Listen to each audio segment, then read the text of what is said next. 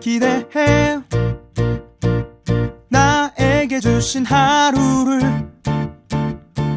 때론 피곤하고 일어나기 싫고 널 깨우는 알람 소리에 짜증도 나겠지만. 안녕하세요. 오늘도 푸른 말씀 임세휘 목사입니다. 좋은 아침이에요. 주무시지 않고 나를 지키셨네. 오늘을 나에게 주셨네. 새 말씀 안에 주가 주신 사랑과 은혜와 능력. 하나님께서 오늘 우리에게 주시는 말씀 이사야 29장 1절로 4절까지 말씀입니다.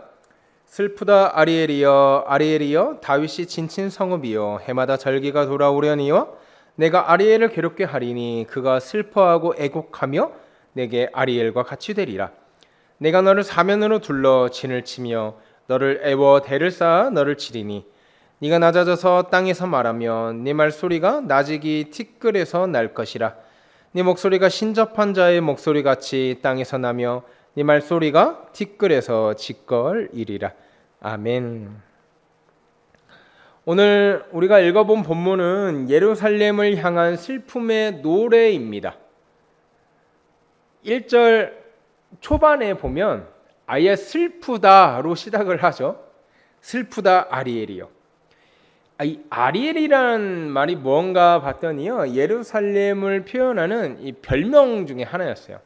그러니까 우리가 이해하기 쉽게 바꿔서 읽어보면 슬프다 예루살렘이여 예루살렘이여 라고 말할 수 있다는 거예요.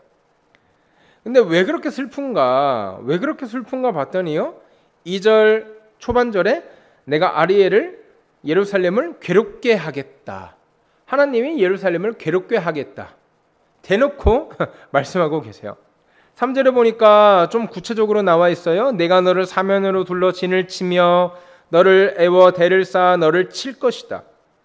확실한 거는 하나님이 예루살렘을 칠 것이다. 심판하시겠다. 징계하시겠다. 이렇게 말씀하시는 거죠.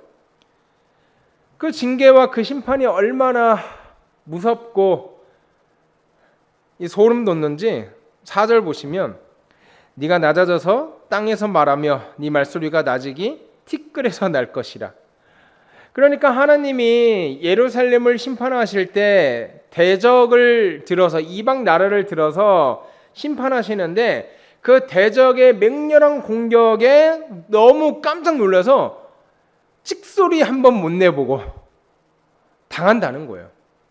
우리말로 우리 흔히 쓰는 표현으로 찍소리 한번 못 내보고 뭐 죽었다 뭐 이런 표현을 하잖아요. 그러니까 찍소리 한번 못 내보고 그렇게 당한다는 거죠.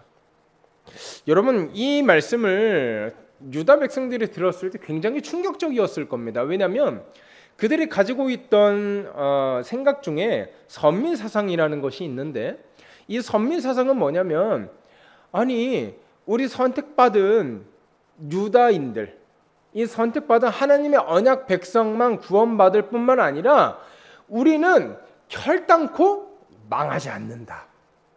세상 모든 나라가 멸망하고 세상 모든 나라가 전쟁으로 죽어가고 할 때 우리는 하나님이 지키시기 때문에 우리는 망할 수가 없다. 이런 생각을 갖고 있었어요. 여기에 플러스 알파로 이 사람들이 무슨 생각을 갖고 있었냐면, 예루살렘 성전이 있기 때문에 망하고 싶어도 망할 수가 없다. 아니 왜냐면은 유다가 망하면 예루살렘이 함락되는 거고, 예루살렘이 망하면 예루살렘 성전도 망하게 되는데, 아니 하나님이 예루살렘 성전이 망하는 거를 눈뜨고 지켜보시겠냐. 그러니까 망하고 싶어도 망할 수가 없다. 하나님이 알아서 무조건 지켜주실 것이다 라고 생각했던 것이 이 당시 유대인들의 생각이에요. 이거는 일부의 생각이 아니라 유대인들이라면 다 뼛속 깊이 새기고 있었던 생각이 이 선민사상 플러스 이 예루살렘 성전에 대한 생각이었습니다. 근데 오늘 무슨 말씀을 하고 계시는 거예요? 하나님께서 이방 나라를 들어서 친히 너희를 공격하시겠다. 그 공격이 얼마나 살벌하고 무서운지 너희가 찍소리도 못 내고 숨죽여가지고 겁에 질린 모습을 하고 있을 것이다.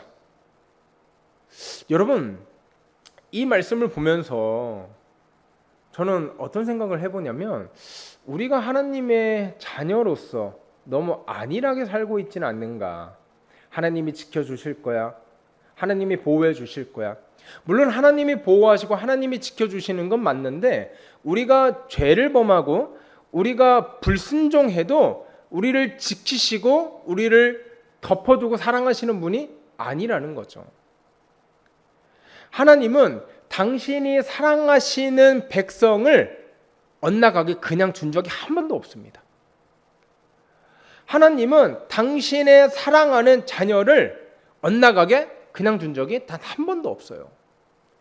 매를 대시고 징계하시고 또 벌을 주시고 다시 돌아오게끔 애타게 기다리시는 분이 우리 하나님이라는 거예요. 여러분, 4절까지 보면 어때요? 유다가 하나님 말씀에 불순종하고 말을 안 듣고 또 안 들어서 하나님이 이방 나라를 들어서 징계하시는데 그 수위가 너무 세다는 거죠. 대적에게 항복해야 되는 바로 그 순간, 두려움에 사로잡혀가지고 소리도 악소리도 제대로 나오지 못하는 순간, 그리고 금방이라도 함락될 것 같은 일촉즉발의 순간, 절체절명의 위기 가운데서 하나님이 어떻게 하시는가? 5절 한번 보십시오. 그럴지라도 내 대적의 무리는 세미한 티끌 같을 것이다. 티끌 같을 것이다. 6절에는 또 이렇게 말하고 있습니다. 만군의 여호와께서 우레와 지진과 큰 소리와 회오리 바람과 폭풍과 맹렬한 불꽃으로 그들을 징벌하실 것이다. 와, 저는 여기를 묵상하는데 막 가슴이 막 두근두근 거리더라고요. 하나님께서 우리 택한 백성을 벌하시고 징계하시지만 결단코 멸망하게 버려두지 않겠다는 거예요. 결단코 포기하지 않겠다는 거죠. 우리가 죽을 만큼 힘이 들 때, 정말 이제 다 끝났다고 생각해서 포기하고 싶을 때, 바로 그때 하나님은 반드시 우리를 도우시고 역사하시더라. 할렐루야. 사랑하는 여러분, 지금 내 상황이 더 이상 버티기 힘든 상황에 있고 너무나 힘들고 너무나 어려워서 하루하루 눈물만 흘리고 탄식만 나오고 반복되는 악재 가운데서 더 이상 이제 버틸 힘이 없다, 더 이상 이제 버틸 여력도 없다, 이렇게 하루하루 근근히 버티고 있는 분이 혹시라도 계신다면 여러분 반드시 기억하십시오. 하나님의 일하심이 임박했다는 것이에요.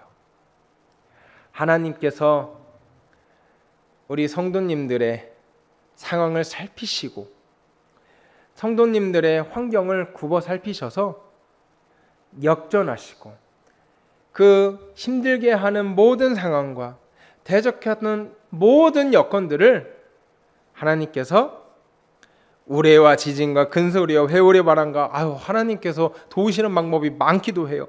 폭풍과 맹렬한 불꽃으로 다양한 방법으로 우리를 구원하시고 우리를 웃게 하시겠다는 거예요.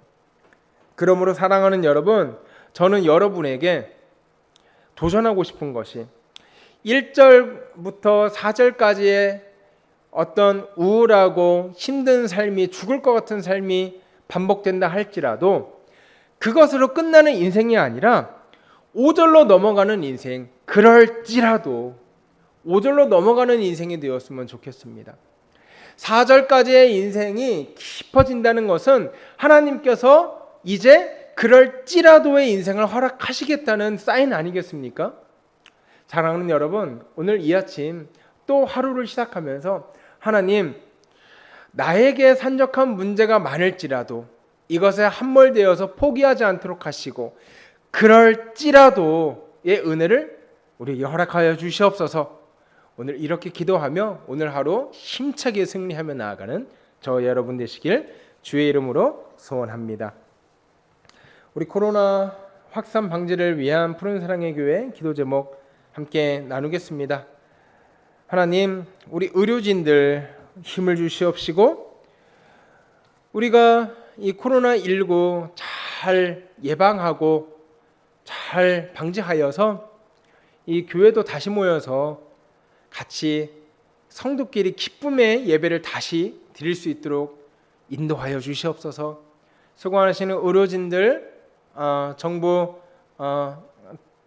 관련 기관들 하나님께서 지혜 주시고 체력 허락하여 주시옵소서. 이렇게 기도하고 오늘 하루를 힘차게 시작하시는 여러분 되시길 바랍니다. 기도합니다.